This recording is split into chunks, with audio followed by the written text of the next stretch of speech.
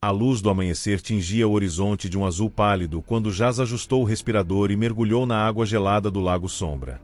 Aos 32 anos, ele já havia explorado dezenas de cavernas subaquáticas, mas nada o preparou para o que o sonar revelou uma semana antes: uma formação artificial a 120 metros de profundidade, escondida sob camadas de sedimentos. Sua lanterna cortou a escuridão, iluminando paredes lisas demais para serem naturais.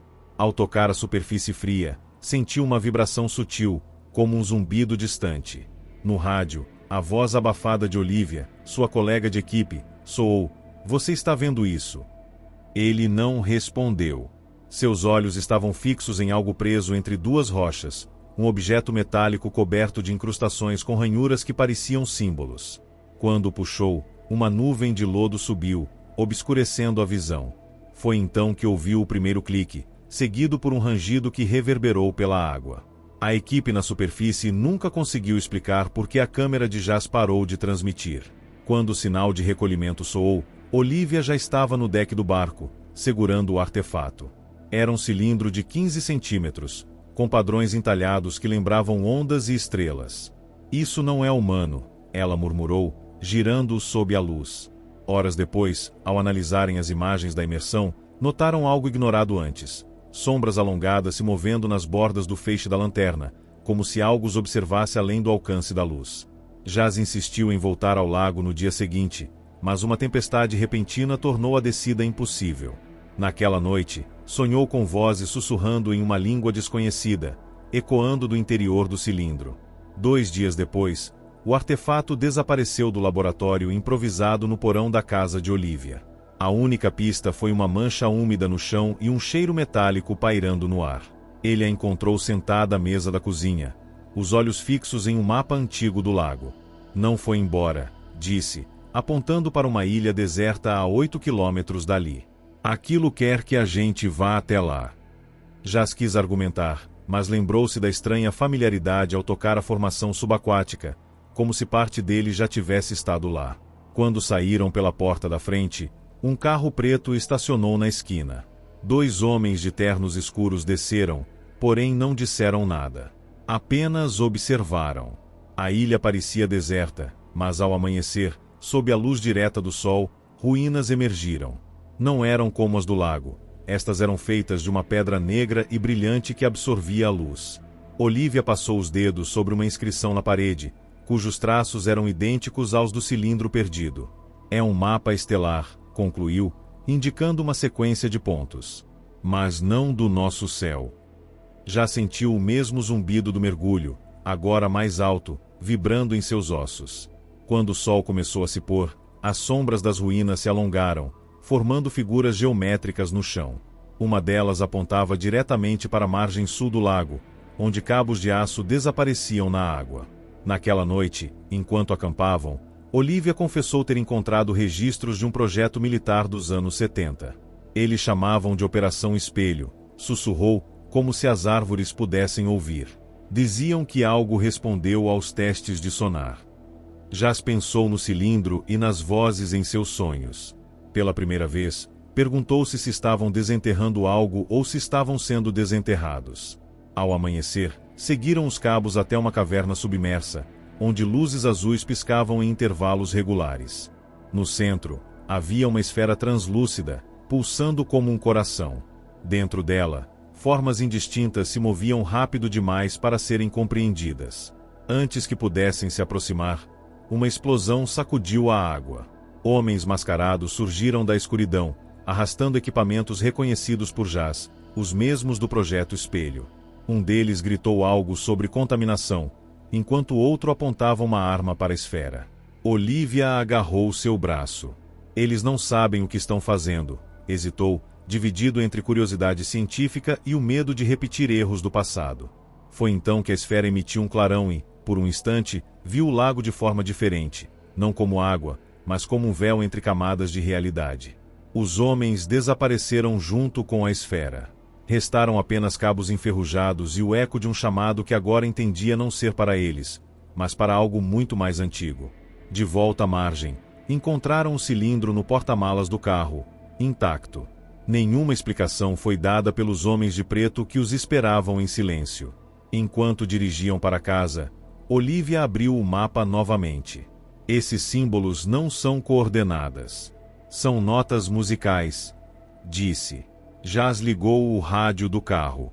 Estática preencheu o ar até que uma melodia distante, quase imperceptível, surgiu entre as interferências. Era a mesma sequência de cliques ouvida no lago. Desta vez, não teve dúvidas. Estavam sendo convidados a continuar. O ruído transformou-se em uma melodia distorcida, como se a frequência do lago estivesse sintonizada com algo além da água. Olivia girou o cilindro sob a luz do painel, revelando novos sulcos que não estavam lá antes. Não é uma nota musical qualquer, disse, traçando os padrões com a unha. É uma escala que desce e sobe, como uma respiração. Jas reduziu a velocidade ao passar por uma ponte sobre o Rio Corvo, onde pescadores noturnos lançavam redes sob a lua cheia. Algo na cena o incomodou. Os movimentos dos homens eram sincronizados demais, quase rituais. Quando um virou o rosto, seus olhos brilharam com o mesmo azul das luzes na caverna submersa.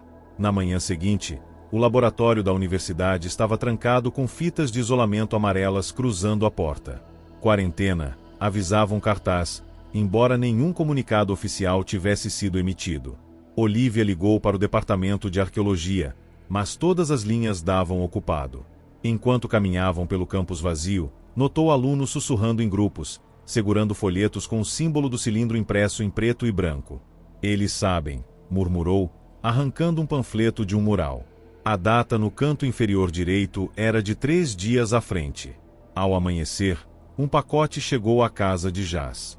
Dentro, havia um disco de vinil rachado e uma carta sem assinatura, tocar na ordem inversa. Quando colocaram a agulha no sulco final, uma voz feminina falou em inglês truncado: "O lago não é um lugar. É uma porta." O ruído estático que se seguiu continha cliques idênticos aos da melodia do rádio. Olivia anotou a sequência em um caderno, percebendo que correspondia às ranhuras do cilindro. "É um código", disse, conectando pontos com uma caneta vermelha. Cada símbolo representa um número e os números são coordenadas de profundidade. Naquela noite, mergulharam novamente no Lago Sombra, acompanhados por um guia local, um homem calado chamado Elias, que insistiu em levá-los a uma área conhecida como Fenda do Eco. "Ninguém vem aqui desde o acidente", avisou, ajustando uma lanterna de cabeça. "Os corpos nunca foram recuperados." A 90 metros, Jas encontrou o primeiro corpo, uma figura vestida com um uniforme militar desbotado, presa em uma rede de algas. O rosto estava virado para cima, os olhos opacos, mas o que chamou a atenção de Olivia foi o objeto em suas mãos, um cilindro idêntico ao deles, partido ao meio. Antes que pudessem examiná-lo, puxou Jas pelo braço, apontando para uma luz verde pulsando no fundo da fenda. A luz os guiou até uma câmara esférica, suas paredes cobertas de veias luminosas que pareciam pulsar em resposta à música do disco. No centro, havia uma estrutura semelhante a um altar, com entalhes reproduzindo a melodia em sulcos tridimensionais. Olivia correu os dedos pelos padrões, e o ar vibrou, projetando hologramas de constelações desconhecidas. "Não são estrelas", disse Jas, sua voz soando mais jovem no respirador.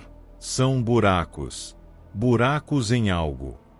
Ao se aproximar, um holograma se expandiu, revelando uma rede de túneis existentes simultaneamente dentro e fora da água. Foi então que ouviram o canto. Não vinha da câmara, mas da superfície. Subiu primeiro, a lanterna cortando a escuridão densa. O que encontrou paralisou. Dezenas de barcos flutuavam imóveis, ocupantes de pé nas bordas, cantando a mesma melodia em línguas diferentes. Entre eles, homens de ternos pretos distribuíam cilindros idênticos aos do artefato, como oferendas. Olivia agarrou seu braço. "Eles estão sincronizando algo", sussurrou. "O lago está despertando." Antes que pudessem recuar, a água ao redor da câmara girou, formando um redemoinho que sugava tudo. Jas desapareceu primeiro, puxado para as profundezas, enquanto Olivia e Elias lutavam contra a corrente. No último instante, viu o rosto de um homem no redemoinho, não humano, mas algo usando máscara de pele humana com olhos brilhando no mesmo azul das luzes da caverna. A última coisa ouvida foi o canto transformando-se em risada, seguida pelo som de algo enorme se movendo sob o lago, como um sino subaquático badalando em frequência que só podiam sentir. A superfície voltou ao silêncio, mas o ar estava pesado, como se algo tivesse sido dito e não pudesse mais ser esquecido. Os barcos desapareceram com a mesma rapidez que chegaram, deixando apenas as ondas. Olivia, ainda segurando o cilindro, olhou para o horizonte, onde o céu clareava. Sabia que não poderia voltar para casa, nem para a vida que conhecia. Algo dentro mudará, como se parte de sua alma tivesse mergulhado nas profundezas e não quisesse retornar. Naquela noite, os primeiros sinais da mudança já estavam presentes. As notícias falavam de uma anomalia no Lago Sombra, sem explicar o ocorrido.